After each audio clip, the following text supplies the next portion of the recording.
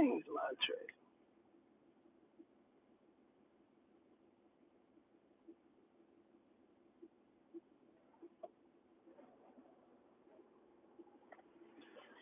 Sandra, what's going on?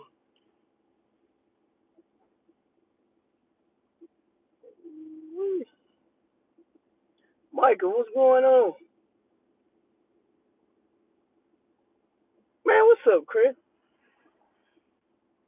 James, get to it.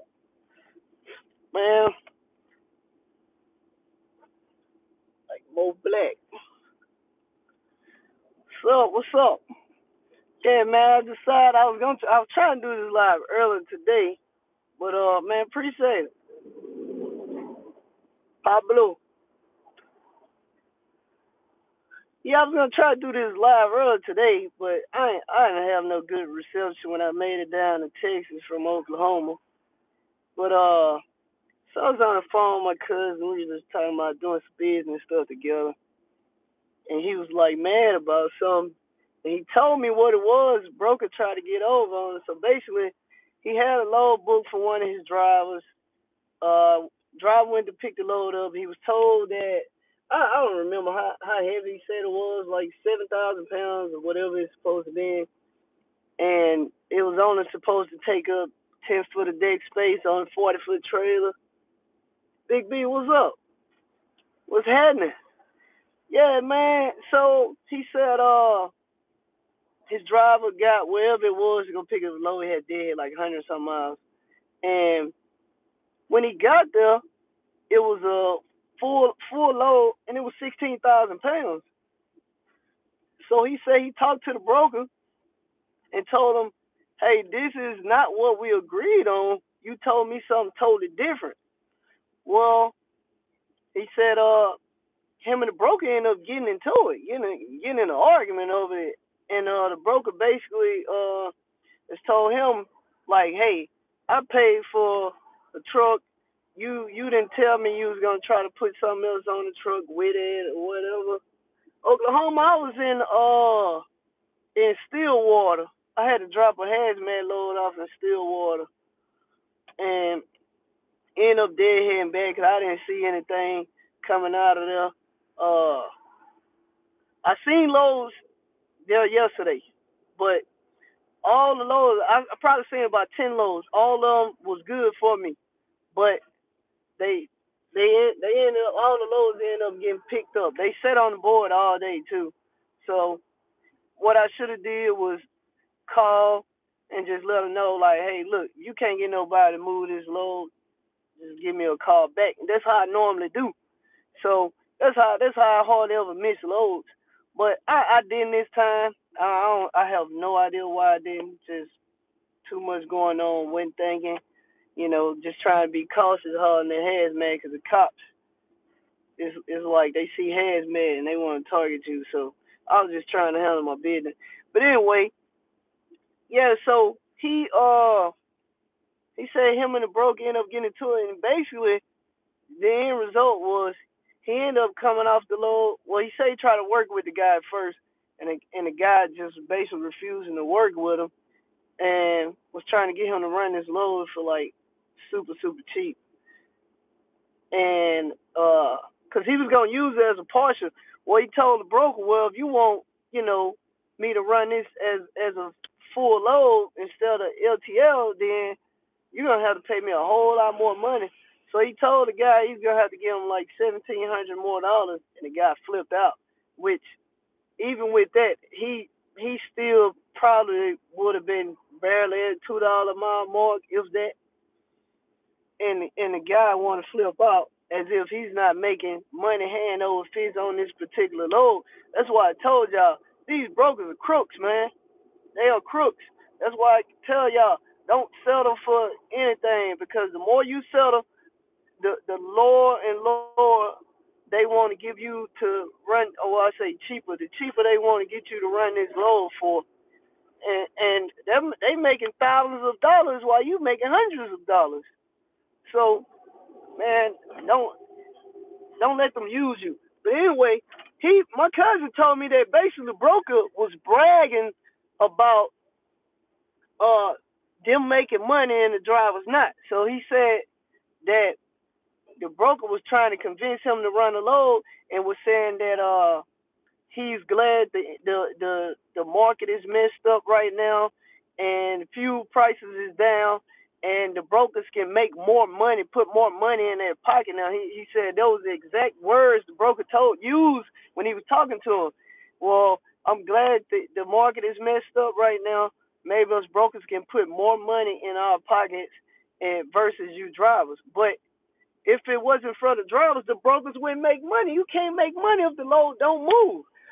Drivers, the trucks are in control. The truck drivers are in control. They need to realize they're in control. A broker cannot make a dollar without you. Quit letting them use you, man. Screw them brokers, bro. And if you go talk to a lot of these shippers really don't even like to use brokers because there's always some communication issues. The broker say one time, they'll tell the truck driver another time. They'll go there, the load don't get picked up in time. Now the shipper pissed off. So, you know, as a carrier, you have the power.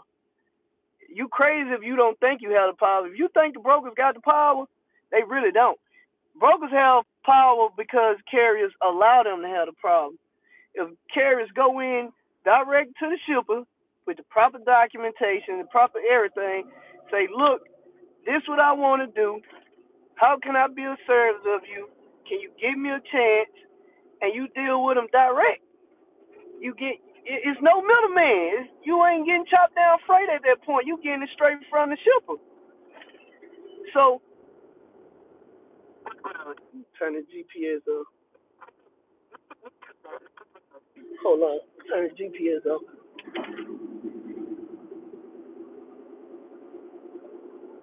All right. Yeah, but man, I've been telling people that these brokers been doing this crap, man. They know they got the power. Well, they do have the power, but you can if you go deal with the shipper directly, you don't really even have to worry about the brokers anymore. Because you gotta think about it. A shipper wanna save money too. And if the broker charging them money up the hill to move the load, when you can charge them a little bit less, not cheap, you still getting it for a really good price. You're still making a really good profit off of it. But taking the middleman cut away and you dealing with the shipper direct, there's no miscommunication or any of that. It's a win-win on your end and the shipper end. So, man, I mean, everybody don't have their own authority and different stuff like that to go through shippers direct. So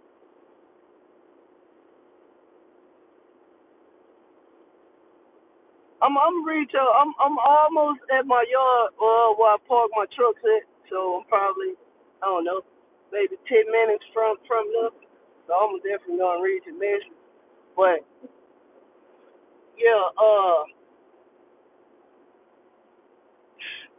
yeah, it's frustrating, man, because like I say, as a carrier, you are giving them power to you've given them control over you. You've given them the power, but you can find you some shippers, run freight for it direct. Like I say, a lot of those shippers, especially if they're not like huge shippers that you have to have a certain CSA score and all that stuff to get in with them. Other than that, a lot of them shippers will deal with you directly if, like I say, you got the proper insurance, you got reliable equipment, and you're on time. They'll deal with you directly. But if you got ragged truck, you're not reliable. You know, you say you're gonna do something, you don't do it. That ain't gonna really deal with you. And that's another reason why brokers help shippers out because if you can't deliver, they can get somebody else. What's going on? They can get somebody else to deliver. So it's a pro and a con on both ends. But the thing is, I've had conversations with shippers. Me and my partner was just we had a conversation earlier yesterday about my big trucks dealing with a shipper directly. And he went and talked to the transportation manager of this particular facility, and she basically said the same thing. Hey, I'd rather deal with your company anyway. She already knows us. We've been running their loads for like 3 years, but just through a broker. So yeah, I'd rather deal with y'all directly anyway. So I sent in the paperwork, and I sent my partner paperwork. He already filled out the packet and everything, and to try to get on this contract directly through this shipper or whatever. But the thing is, this is not the only shipper that I've had conversation with to try to get in direct with before. Uh, thing is, it was some other companies in the past that I was trying to get in with directly. Found out who the transportation manager was, told them what I could do or whatever. They was cool with it. Well, at the time I had lost like two drivers. I only had one truck running. So now me, I'm like, man, I don't want to. I don't want to tell them, hey, I can deliver. I got this many trucks, and I don't. That make me look bad. So I just didn't do anything with it. But I mean, I can still go get the same contract though right now. David, what's going on? I can still get the same contract right now if I wanted to. Cause like I say, I built a pretty good relationship with a lot of those people. Haven't ever had an issue with damaged freight or freight not being on time or any of that. You know, uh, with trucks breaking down. Usually, the good thing about it, when I had breakdown, when I say breakdown, I'm not talking about nothing major, motor quit working, nothing like that. But when I had breakdowns in the past, I still had other trucks that can get the broke down truck to drop the trailer and get one of my other trucks to pick the trailer up and go deliver the load. My first truck I had, that Mack truck, it broke down en route to Houston from I think Wichita, Kansas. It broke down south of Dallas on 45. So what I did was just got the tow truck driver, to hook up to my truck and go drop the load off. And once they delivered the load, he just drove it back. Now I had to pay more money, but I delivered. You know, so that made the I was running that for a broker. That was good on my end with the broker, and I proved to the broker that I could deliver. And this particular broker, they took care of me. It wasn't a crooked broker. Uh, they wouldn't even post the loads on a load board. They just called me direct. Hey, what's going on? I had their cell phone number. It was a big company. Uh, I don't know if y'all know what Hub Group is. Hub Group is a pretty big company. They got some different branches off their company too. But I had a contact with them, so they wouldn't even post these particular loads. They'll just call me direct and say, hey, this is what I got. I got this coming out at the end of the week. I got this next week. Uh, what you think about it? All right, what's the rates? Cool. All right, I put 3 trucks on it. So that's how I did. I had a few companies that I was dealing with was the same way. One of them, the company just went out of business. I used to haul pipe for them.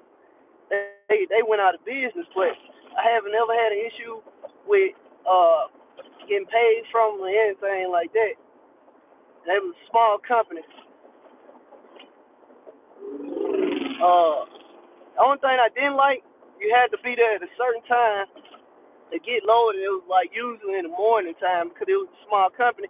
He couldn't afford to pay people overtime or anything like that to keep his employees there after hours to load you.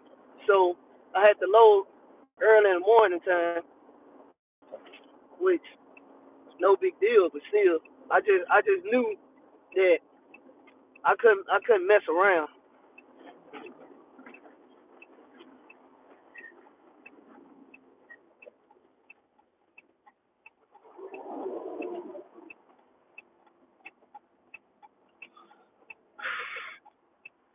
Folks trying to get into my yard off the main road, 'cause I gotta take up both lanes to turn in here.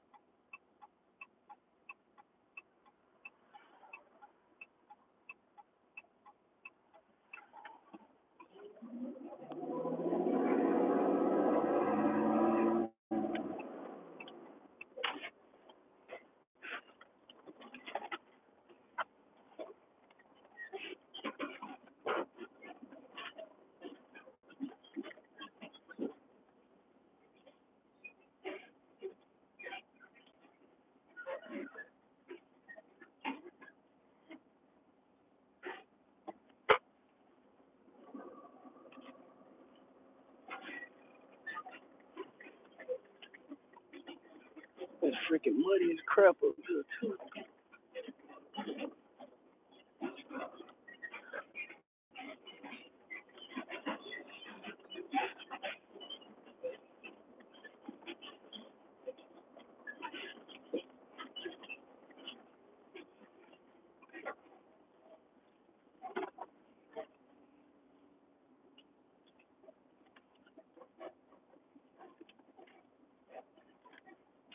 Yeah, but anyway, like I was saying, I got a couple other contacts here where I live at, and they also told me they'll love to do business with me also. But like I say, you gotta have good drivers.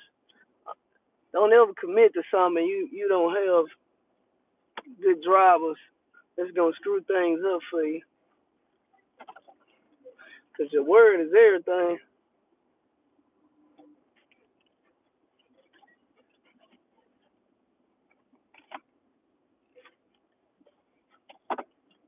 I hate the way my dad got his trailer parked, 'cause he got it parked crooked, so it's hard for me to line up a lot of times. I got to keep pulling up and bagging up, pulling up, bagging up.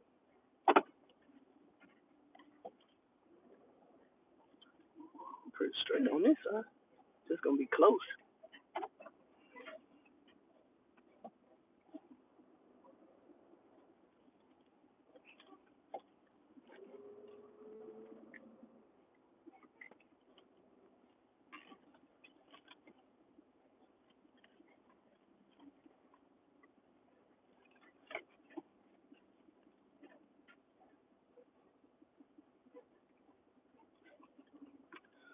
All right, let me check this out. See how good of a job I did.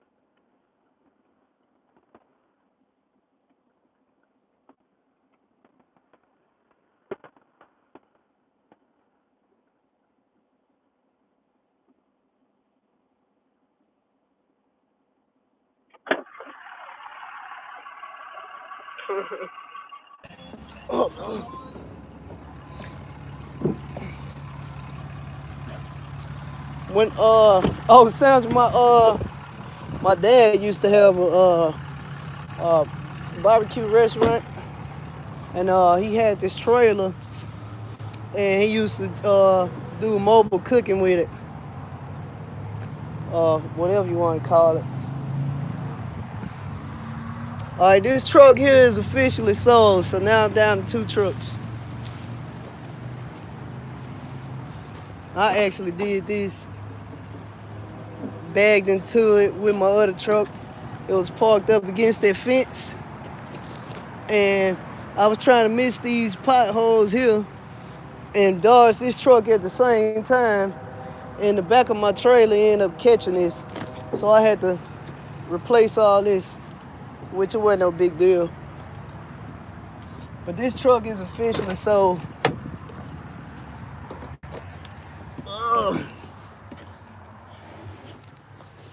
So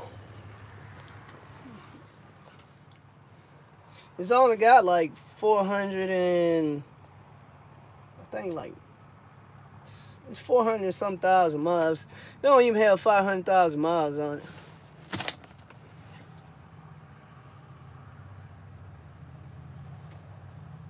See, it was one of my drivers. So I fired him, but violations from the police, screwing up my authority.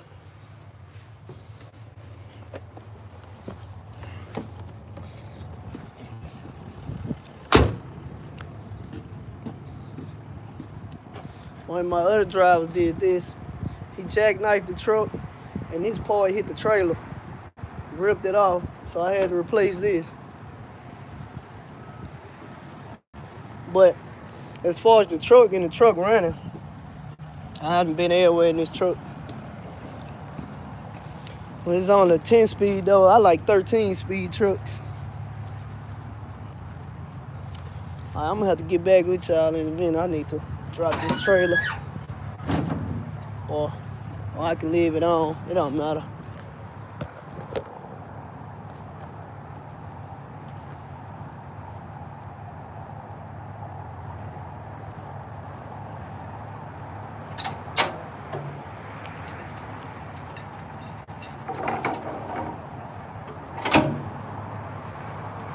I got my other trailer in the back too. I'll show y'all the one that freaking axle broke on it on one of my drivers. They put a master coil on them, and it must have been a whole lot heavier than what they said, but it destroyed the airbags and broke the axle.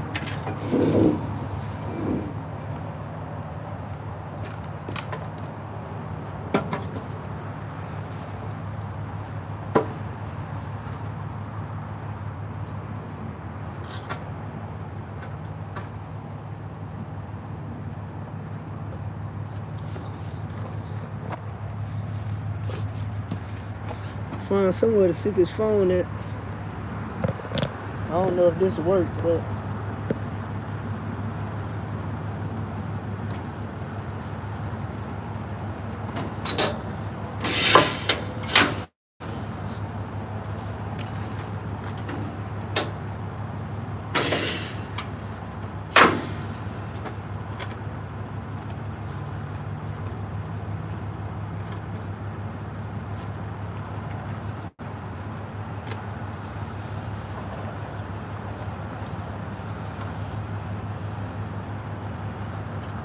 ground uneven, so I always have to use this let me unhook everything. I'll show y'all for whoever hadn't done this before. And I sold my fuel tank. I found another one. I'm probably gonna go pick it up Monday morning. I found another one I want.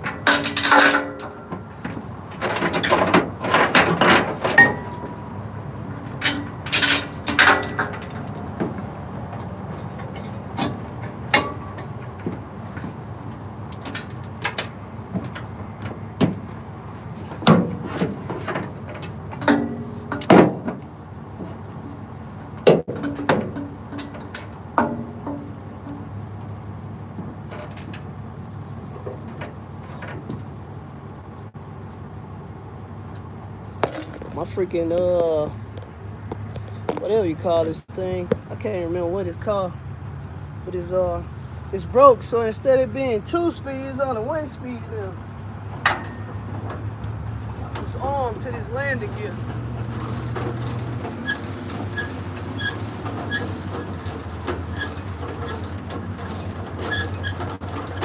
This crap take me all day.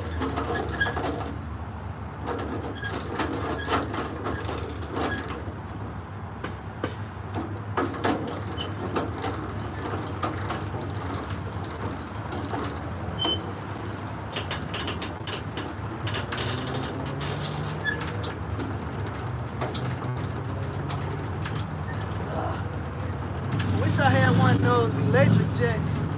Hit a button and it lift up.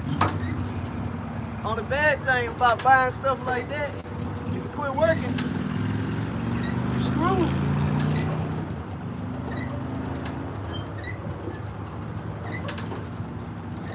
Anybody want to work out, here you go.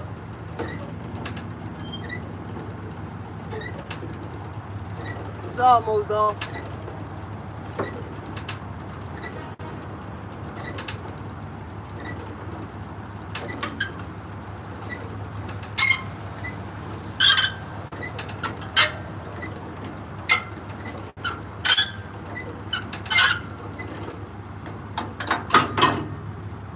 Oh man. Woo. I gotta pull up now. Gotta put my lock on here.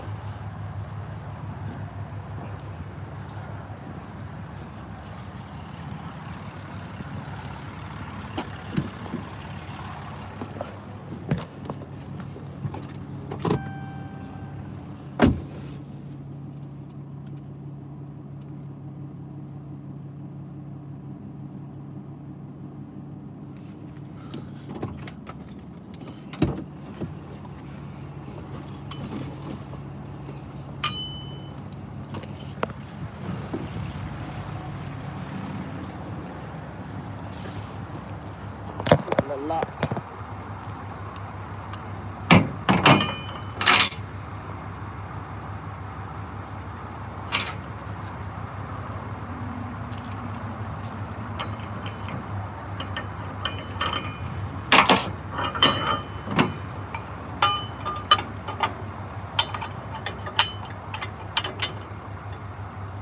But get y'all one. Somebody steal y'all equipment.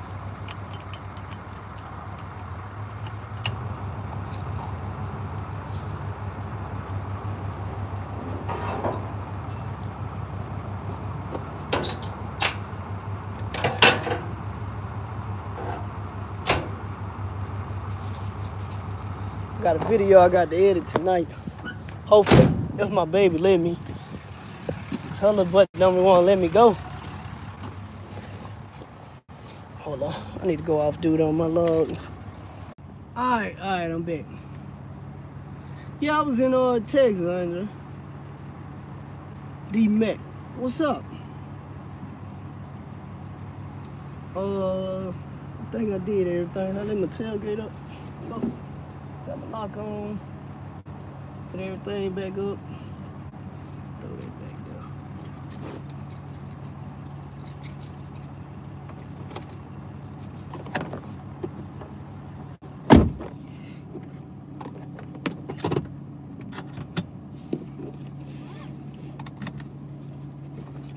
So, good to go. But like I was saying, man, don't let no broker screw you over. Them fools getting rich, and these truck drivers steady going broke. Cause they don't have no money to pay for breakdowns. While they sitting at the house with a computer. Oh yeah, I got a Red Bull somewhere. Yeah, that's what I'm talking about. That's what I'm talking about.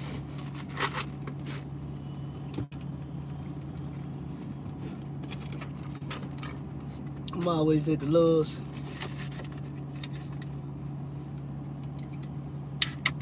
Nothing like that iron skillet though. It's petrol.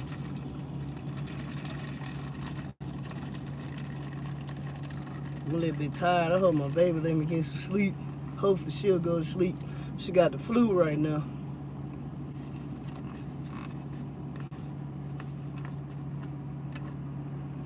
Son's having a 1-year-old with the flu. I ain't even see what you said. Am I broken? Oh yeah, he said, am I a broken? If not, I'm not a broken, but I will be. Thanks, Sandra. I will be. That's one of the things me and my cousin was talking about today. So, we're about to jot some stuff down on paper. Go ahead and get everything together so we can start a freight broker company and don't have to worry about these crooks no more. Appreciate it, Dave. Yup. I used to work at this fire station too. I done worked at all of them, but this one is slow as crap over here. It's only one truck there now. The ladder truck that used to be there, they built a new station 17. They put it over there because they didn't really do much out here. There's not a whole lot going on. It's the outskirts of the city. It's like the end of the city. Matter of fact, the other side of the road on the opposite, the road right on the side of the fire station is out of the city. That's Greenwood, Louisiana.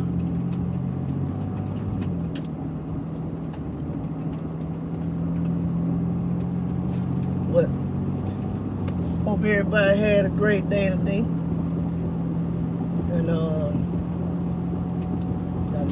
Oh yeah, I need to read these comments too. I wasn't able to pull up at this red light. Check them out. Truck out there. Oh man, I forgot to pull that goddamn, I can't see that. I'll read in a minute. I'm on like 5 minutes from my house.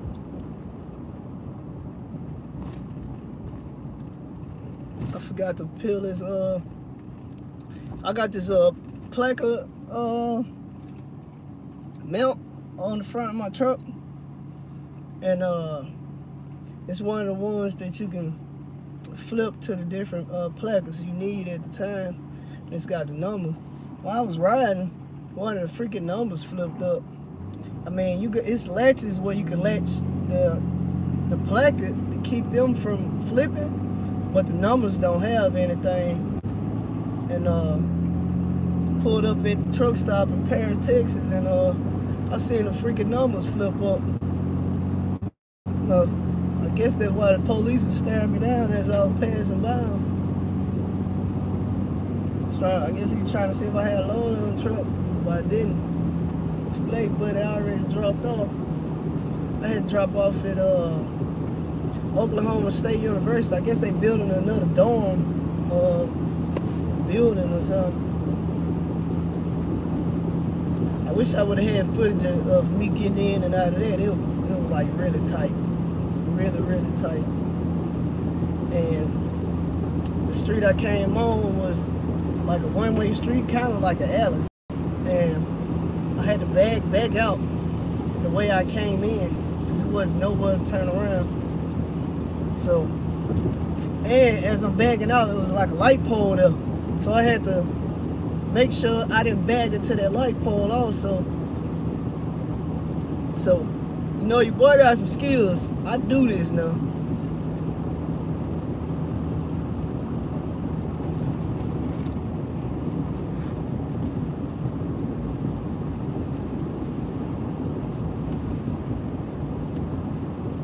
You stay next to OSU.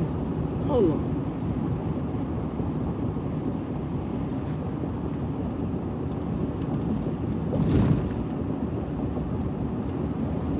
Oh, you got family up there.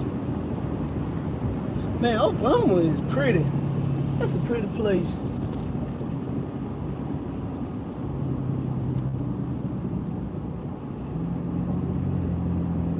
I'm gonna have to buy me some, I'm gonna invest in me some, I don't know, some different cameras. I'm gonna set them up everywhere. I want people to see what I see on the road. Man, I see all kind of crap. I see stuff you want to see and stuff you don't want to see. I don't know, some of with my GPS too, because it took me down all these back roads on the way back home, roads I've never been down ever. And I go up in that Oklahoma City and Tulsa area all the time. But on the way back down, I think it's Texas 49. I knew that street or road or whatever, but my GPS was routing me around the Indian Nation Turnpike. It routed me around that crap. It routed me around everywhere, and it was taking me down all these back roads. So for like 3 hours, it was just back road after back road. Tell me turn out one back road, turn on another. I was on 1999, like a freaking 201, all these crazy numbers I've never heard of a day in my life. I was on like none of the major highways that I'm normally on. Well, 271, I was on 271, but after I got through Paris, man, it's back to back, more back roads.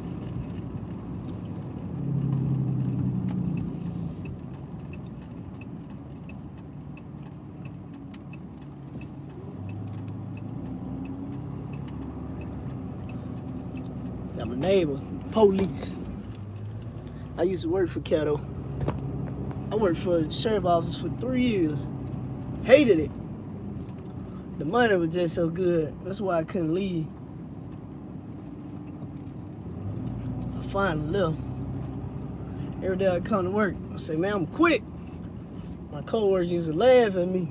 Man, you ain't going nowhere. You say that every day. Till that last day, I came in there and I said,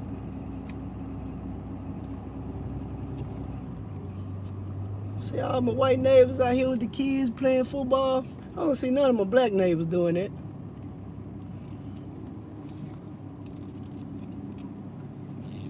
I guess black neighbors need to learn how to come live a little bit. Dang it! I thought I still got all these freaking signs on my truck. Dang, man. My little brother be all in my way, parking in my driveway.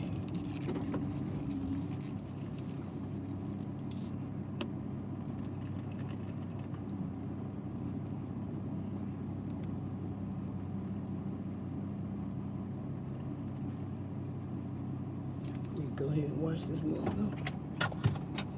Oh, read the comments. Yeah, that's what I was supposed to do. Let me go back to the top.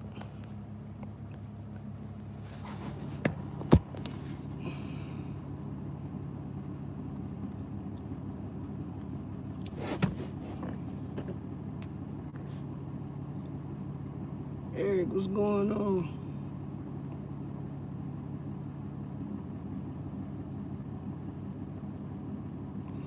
Oh yeah, Big B. They oh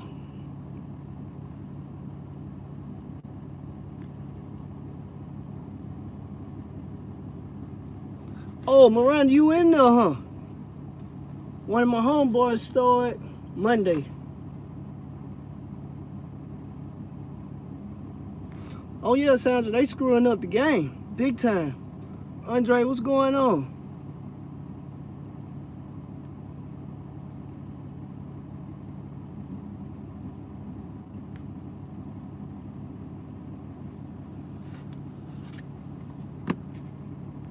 God dang it, this stupid thing. Big Mark. Man, I seen some good loads coming out of Texas today. And Houston was lighting up too.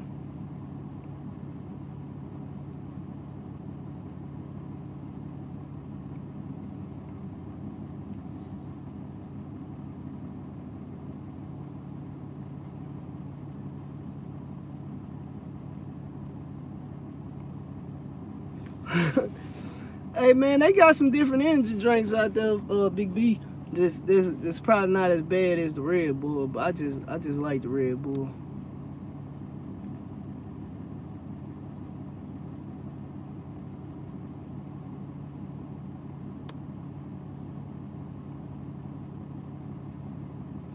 Oh, D-Mac, what brokers, they're Landstar brokers that I deal with. Cause I'm leased to them, I only can run Landstar loads. And what district? I don't work in the district, I work in the city. I work at Station 19 in the city.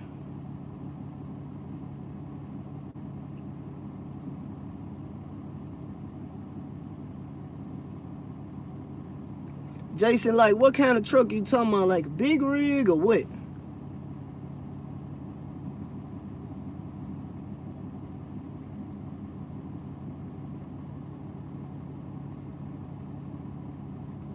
Ricky, what's going on?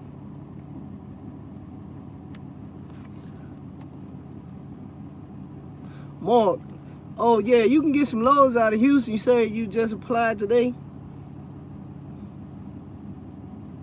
Yeah, man, go and put me down. I heard they give you some money. I heard. I don't know. But if they do, hey, hook a brother up, man.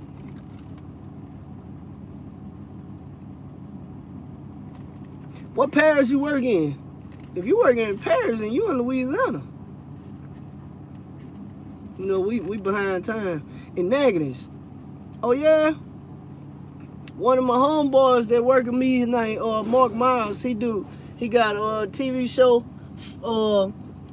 Well, they actually pick up. Come on, man, you already know Dodge, man. They got the new 2019 Ram with 1,000 pounds of foot torque or whatever it is I don't know, but it's 1,000 of something. Hey, them other trucks ain't got that. I think it's 1,000 pounds of foot torque or something like that. That sucker pulling. You need it.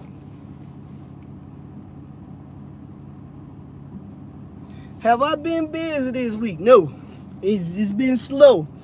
And the lows have been hit and miss. So I've been seeing some, well, mine in 2017. I had mine since like October 2017. But yeah, it's made like this, but this is 2019. And that sucker got a whole lot more power than mine. I got 14 reels. Mine powerful. But that 2019 on a whole nother level. Nah, mine can't compare to that one. But yeah, Negatives. My homeboy Mark that I work with, he got this TV show. It ain't big yet. They just signed a contract with a production company out of California, so it's supposed to be on one of these Food Network channels on TV real soon. They already started filming, but he was releasing on YouTube and Facebook. That's how he started, and they did a video with the Negatives fire chief or Negative Fire Department or whatever it was. His name Mark Miles, he's a Shreveport fireman. You can look on his Facebook page. You might find a video on there somewhere. But they've been going around different fire departments in different places in the U.S. filming already. And man, Mark can cook too. That fool can cook. I'm the fireman who can't cook. I was the one that used to go to the store for everybody, and I screw up the grocery list too.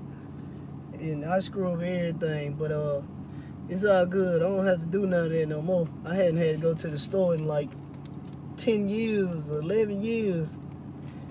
Yeah, I just kick back now and tell everybody else what to do.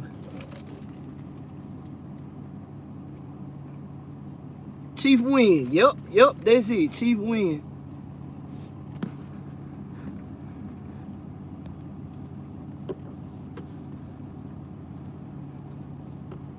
Out of Atlanta, yeah, they Landstar high shot anywhere in the U.S. and Canada and Mexico.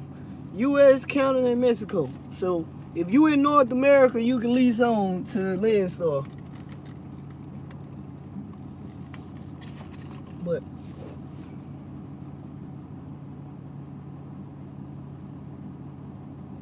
yeah, it's definitely a must.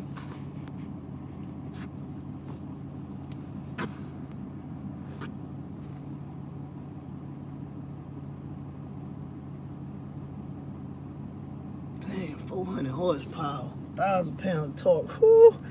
You right, man. Them first ones, first of anything, I don't care what it is. It could be a vehicle, it could be a cell phone, anything.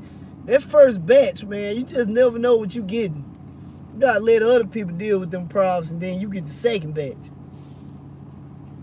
But yeah, I'm gonna try to get this video together. Right now, I gotta get off this live because it's time for me to go get my baby. No problem, no problem. So, got far to do this to get to.